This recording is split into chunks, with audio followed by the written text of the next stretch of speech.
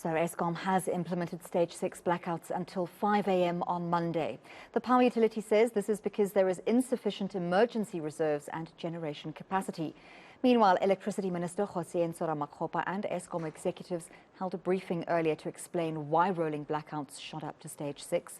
Ramakopa says as maintenance teams return units to service, power cuts will no longer be a regular occurrence. Surely we've had this talk before.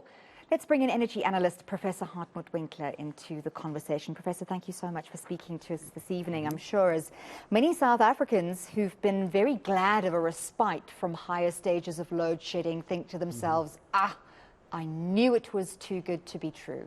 So what came out of that explanation? What have we been told is the reason for why we're now back on stage 6? Yes, well, they talked about replenishing emergency reserves. True, that has to happen. That's also what happened on many Fridays and weekends earlier this year. I think what it indicates is that we haven't, very clearly, that we haven't come out of this electricity crisis at all. At best, we might have bottomed out at this stage. And I think it is unrealistic for people to say that we might be have all this behind us by Christmas and that the future was looking good. We are still going to be in a problematic situation, I would say, for another 4 or 5 years.